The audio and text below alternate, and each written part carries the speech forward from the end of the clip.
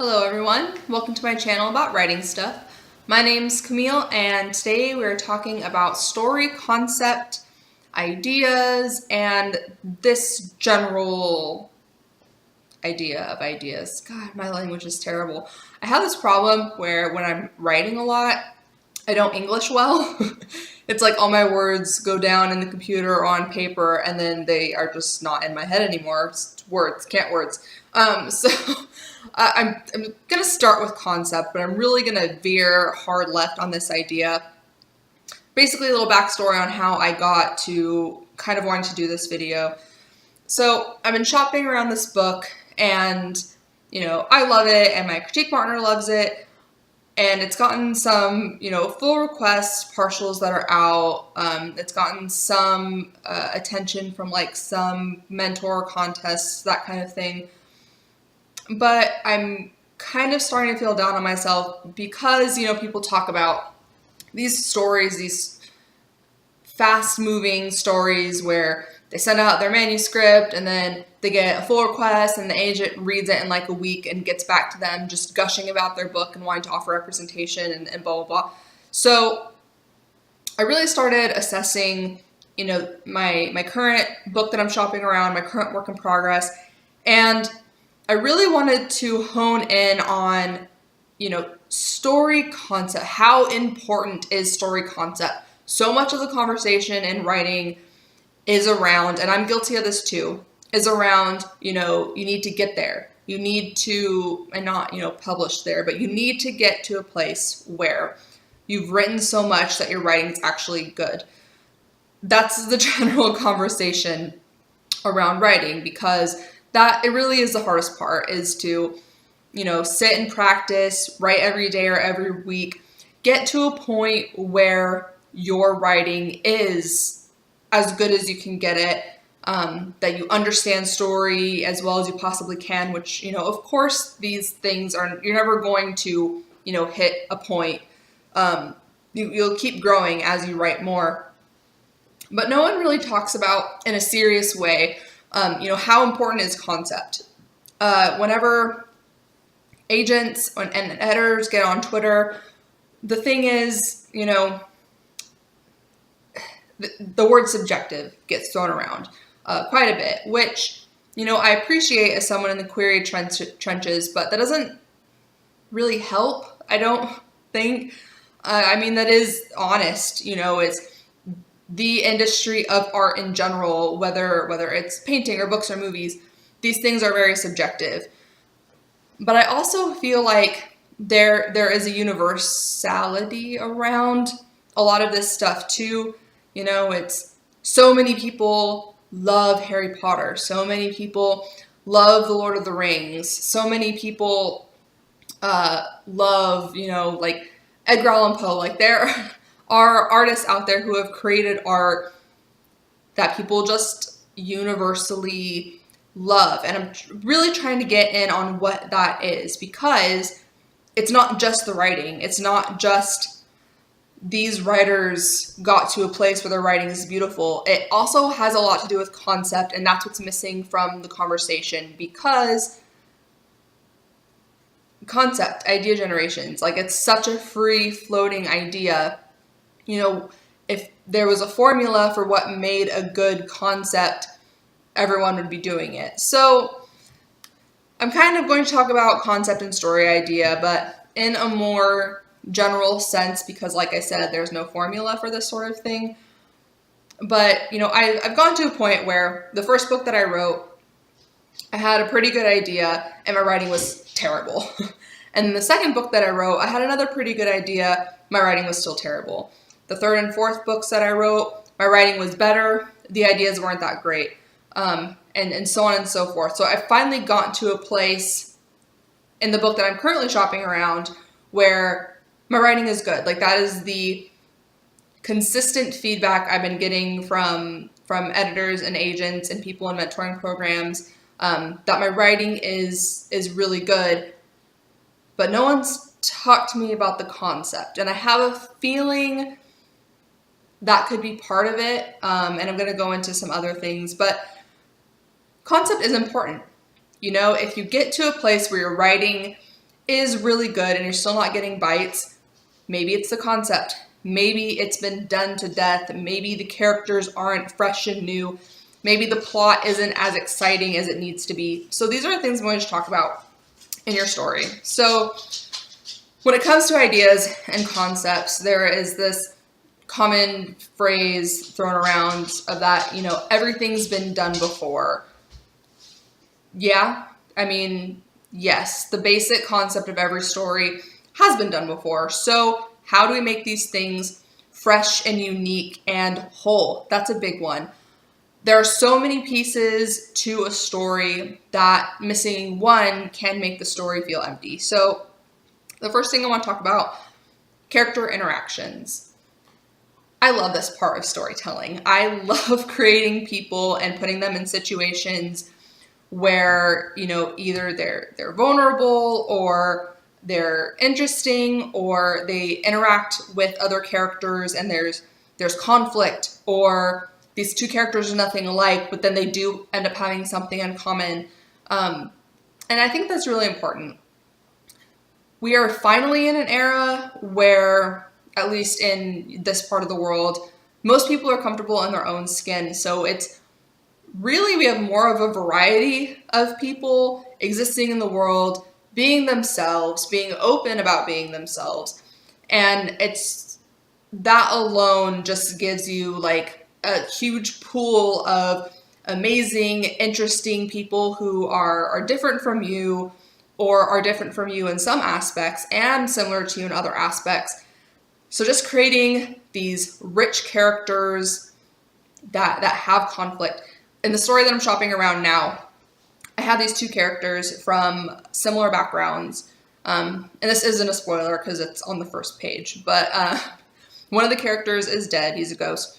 And the girl that he's kind of like forced to like be attached to, they're from similar backgrounds. They are of similar ages, but they just have like the worst conflicting relationship because he's dead and he blames her for it, but he's stuck with her and now she's stuck with his ghost. And it is just, I love that relationship. I love writing it. It was so much fun. And then, my readers have said that they love their relationship, but it's just so much intrigue. And there's a universality about people in general, whether they're fictional people or real people, whether they're your family or your neighbor or someone that you learn about in a book. There's something so universal about how people interact with one another, especially the more personal you make it, the more general the statement is, showing like that specific scene, these characters reacting to each other specific ways, saying specific things is actually more of a general universal way to connect to a book. So character interaction is a big one. The next one is plotting. Unlike character, plotting is probably my weakest point. It's something I'm constantly struggling with. Every new book that I write, I try a different plotting method. There was a time there where I thought I kind of like had a handle on plot, and then I started writing this book with like multiple POVs, and I'm like, nope, that doesn't work. So, plot.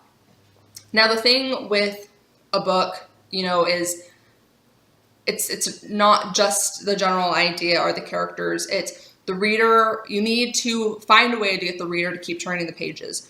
If you write a book and people don't read it, then, well, kind of fucked. So, what gets the reader to keep turning the pages? What gets the reader to get to the end of the book and go, oh my God, I need more? A big one is chapter hooks, which is so hard for me. I don't read or watch a lot of thrillers, so I don't have like a repertoire of, things that I've seen or learned in other books. But I mean, this is Harry Potter, right? At the end of every single chapter, J.K. Rowling does an excellent job of, no matter what happened in that chapter, she brings it back around to, and Harry was thinking about the mystery, and Harry was da-da-da-da, and there's always a hook at the end of every chapter, even if the scene leading up to that chapter or leading up to the end of that chapter wasn't necessarily related to the mystery, she always brings it back around to the mystery. Leaves you with a question that you need an answer to, so you turn the page and you keep reading. But like I said, this is the hardest for me, so I'm not the best person to come to for plot. But, start your story with that hook or inciting incident or what takes your character out of their normal. And then keep your reader's attention by having those chapter hooks, or anything, whatever you can do to get the reader to keep turning the page. I'll throw every single plotting method out the window. If you can get the reader to keep turning the page, then you're on the right track, period. Which is also really hard for me because I've been trying to use different plotting methods, and, some things work for certain people, certain things work for certain people. But if you are struggling with plot, just remember, when you are outlining or whatever, or when you're even drafting, if you get to the end of your chapter and you go, okay, yeah, that was boring, then you need something else. You need something else to get the reader to keep turning the page. Universality. So, does your story have a message? Even if you don't plan a message, your story probably has a message. It's the character interactions, or, what is the plot? Is it a murder mystery plot? Is it a rebellion? These sorts of things. Making it personal is the best way to make someone connect to something. And, another thing too, I was going to say something, observations about the world. Okay, I'm going to say this. So, you and me and everyone, we all have our own political views, religious views, etc., etc. And, even when you're writing in the head of someone else, those things can kind of bleed through into your writing. I read a romance novel not too long ago, and this wasn't even this was over, things about feminism and women's rights and all this kind of stuff. And it's one thing if you want to do these sorts of things on purpose. Another thing, if you're letting your subconscious kind of take over and, I guess, comment on the world. I think just be conscious of those things while you're writing, especially when you're writing fantasy. The last thing I want to do is pick up a fantasy novel that's set in a secondary world, and then there's just, subtle things that's even not about the world that has nothing to do with that world, whether it's, religious statements or political statements or whatever. But it's, this idea of having a message in your story, making statements or observations about the world. Just be conscious of that. And if you do have something to say about the world, make it actually related to the story. I've read enough books where, political or religious beliefs are kind of very poorly, not kind of, but very poorly shoehorned into the story where it's not relevant. So that's just my own little tangent. But, if you have a message in your story, make it personal. That is the best way. General statements about the world don't usually hit close to home for a lot of people. But, if your message is, it's hard to love people, then, show the hard-won relationship between a mother and daughter. That's something a lot of people can connect with. But just throwing out a general message of it's hard to love people, that doesn't hit anyone in the chest, And since this is a fantasy channel, I want to talk about setting. So I was thinking about this idea of the dystopian genre kind of came and went, at least in the YA verse. Sure, there are some dystopians, still being bought and published, but personally, I've never been a big fan of dystopian in the dystopian genre. I think because every time a dystopian world is created in the new age YA fiction, this new wave of dystopian that we've had, it's constantly described as just drab, and it's compared to the current society that we live in, and it's empty. It is empty description. It does not connect me to the world at all. Whereas in Brandon Sanderson's Mistborn, which I mean is a dystopian, it is a, you know, fallen world society where everything just sucks. But the descriptions are beautiful. It's like this glowing red sun and just ash falling from the sky and mist, but it is described in a way that makes me actually believe that the characters really live there. That's what it is. It's like the new wave dystopian. Descriptions in those books really make me feel like this character is just observing it from afar and that they aren't existing in it. Whereas in Brandon Sanderson's Mistborn, you know, it is this dark, dreary place. Everything's just awful. And yet there is beauty in the descriptions, because even when you're existing in shit, you're going to find the beauty in it, I guess.